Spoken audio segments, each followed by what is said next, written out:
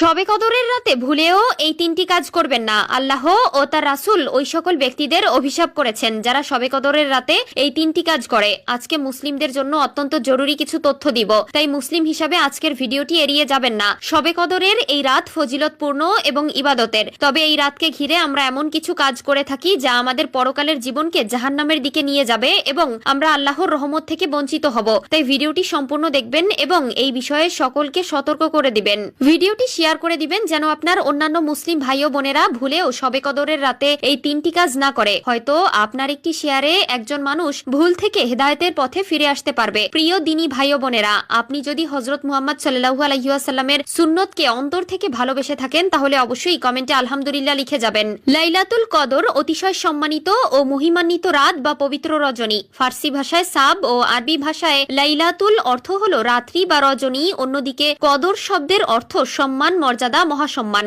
এছাড়া এর অন্য অর্থ হলো ভাগ্য, পরিণাম ও তাকদীর নির্ধারণ করা। এ রাতে সারা বিশ্বের মুসলিম উম্মাহ আল্লাহ তাআলাকে বিশেষভাবে স্মরণ করেন। সারা রাত নফল নামাজ আদায়, জিকির আজকারের মাধ্যমে আল্লাহর কাছে নিজের জন্য পানাহা প্রার্থনা করেন।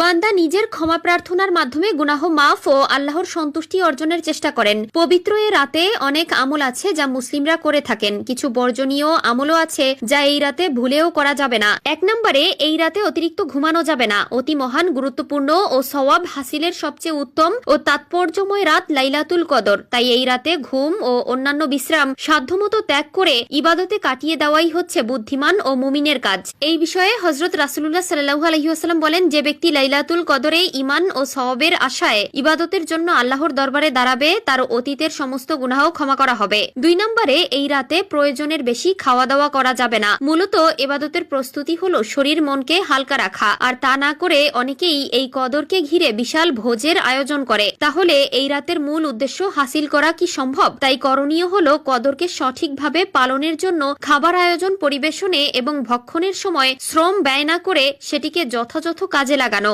কারণ এই মহিমান্বিত রাত জীবনে আর একবার পাবো কিনা, বা ইবাদত করতে পারবো কিনা, ক্ষমা চাইতে পারবো কিনা, দাঁড়াতে পারবো কিনা, চোখের পানি ফেলতে পারবো কিনা, যাবতীয় আগাম দিতে পারবো কিনা, তার কোনো ইয়াত্তা নেই। 3 নম্বরে, এই রাতে বিদআত হয় এমন কিছু হলেও করা যাবে না। ইসলাম কোনো কল্পনাপ্রসূত ধর্ম নয়, এটি একটি বিজ্ঞান ভিত্তিক জীবন বিধান। এটি বাড়াবাড়ির পক্ষে নয়। কোরআন সুন্নাহ বহির্ভূত কাজকে বিদআত বলা হয়। আর শবে কদরের মতো একটি গুরুত্বপূর্ণ রাতে বিদআত মুক্ত থেকে যথাযথভাবে ইবাদত বন্দেগী করা ইমানদারের কাজ। সেই সঙ্গে মানুষের ভুল দিক নির্দেশনা বর্জন করা, সঠিকভাবে ইসলাম সম্পর্কে জেনে সে অনুযায়ী কাজ করা। এমন যেন না হয় যে সওয়াব কামাতে গিয়ে আযাবের ভাগীদার হতে হয়। রাসূলুল্লাহ সাল্লাল্লাহু আলাইহি ওয়াসাল্লামের হাদিস থেকে পাওয়া যায়, এই রাতে হালকা বৃষ্টি হবে। এই রাত নাতিশীতোষ্ণ থাকবে। পরবর্তী দিবসে সূর্য এমন ভাবে উদিত হবে যে তার রশ্মিতে কোনো প্রখরতা বা তেজ থাকবে না। এ রাতে আসমানের দরজাগুলো খুলে দেওয়া হয়, দোয়া কবুল হয়। ইবাদতে মশগুল বান্দাকে ফেরেশতারা সালাম দেয়। বান্দার দোয়ার সঙ্গে ফেরেশতারা আমিন আমিন বলতে থাকে। তাই আমাদের